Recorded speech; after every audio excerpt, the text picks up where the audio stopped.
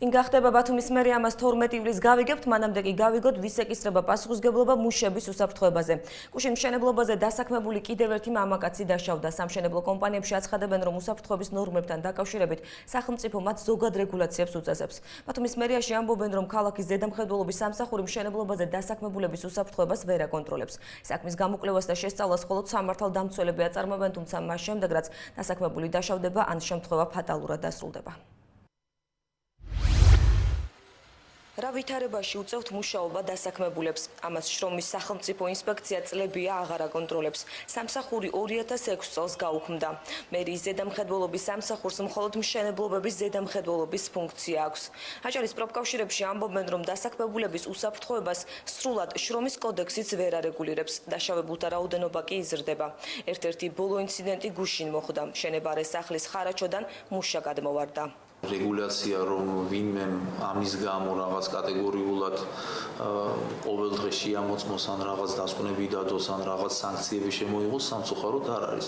თუმცა რა თქმა უნდა ზოგადი რეგულაციები ყოველთვის არსებობდა და არსებობს ზედამხედველობის სამსახურს შეუძლია რაღაც შემოწმებები ჩაატაროს და რაღაც პრობლემების შექმნას, თუმცა კიდევ ვიმეორებ, ამას არ აქვს ინსპექტირების ხასიათი და ამას არ აქვს რაღაც სავალდებულო ხასიათი. მომუშავე პერსონალის უსაფრთხოებაზე ახლა ჩვენი ვიზუალური დათვალიერებით ხდება ესეთ უსაფრთხოების შემოწმება, უნდა ეხუროს თავზე დამცავი, ფორმა უნდა ეცვეს რა, შესაბამისი. სხვა დანარჩენზე ახლა ზედამხედველობის სამსახური კონკრეტულად ვერ განახორციელებს, უბრალოდ წარმოუდგენელია ესეთი განახორციელება. სამშენებლო ობიექტებზე დასაქმებული ადამიანების უსაფრთხოებაზე პასუხისმგებლობა დამკვეთ და მშენებელ კომპანიებს ეკისრებათ. ისინი ირწმუნებიან, რომ მათთან უსაფრთხოების ნორმები მაქსიმალურად დაცულია. ამ წესების დარღვევით თუ ვინმეს მიადგა რაიმე ზიანი ან ადამიანი დაზიანდა და უფრო ცუდი შედეგი დადგა, ეს თავიდან ბოლომდე არის სისხლის სამართლის პასუხისმგებლობა. ამიტომ არც ერთ კომპანიას არ სურს ასეთი პასუხისმგებლობა აიღოს საკუთარ თავზე. სახელმწიფოს მხრიდან ჩარევა მანამდე არ ხდება. თუ შემთხვევა მოხდა, ხდება სახელმწიფოს მხრიდან ჩარევა პოლიციის გზით. ან მოდის გამომძიებელი და იძიებს ფაქტს. სახელმწიფოს მხრიდან არსებობს შესაბამისი ნორმატიული აქტები, რომელიც არეგულირებს შრომის უსაფრთხოების წესების დაცვას. და თუ კი დადგა ამ წესების დაუცველობით რაიმე ფატალური შედეგი, რა თქმა უნდა, დგება როგორც სისხლის სამართლი, ესევე ადმინისტრაციული პასუხისმგებლობა. მაგრამ ის რომ ყოველდღიურ რეჟიმში მოდიოდეს სახელმწიფო აკონტროლებს რამე სანქციები, ესეთი დამოკიდებულება სახელმწიფოს მხრიდან არ არის და ეს თვითონ მეწარვის და სამშენებლო ორგანიზაციის შიდა მოთხოვნილების მიხედვით ხდება, ზოგან არის მაღალი სტანდარტი, ზოგან არის დაბალი და ზოგან გააჩნია როგორი ბრენდია. უსაფრთხოების დარგში სამშენებლო კომპანიებისთვის ტრენინგებსაც ატარებენ, თუმცა კავკასიის აკადემიაში ამბობენ, რომ ქართული კომპანიები ამ სწავლებით არ ინტერესდებიან. ისეთი ორგანიზაცია, რომელსაც მოუწოდებს შენი გახოთ, საერთაშორისო ორგანიზაციები ან მათი კონტრაქტორი ორგანიზაციები საქართველოში კომპანიები, რომელიც მუშაობენ მსხვილ კომპანიებზე.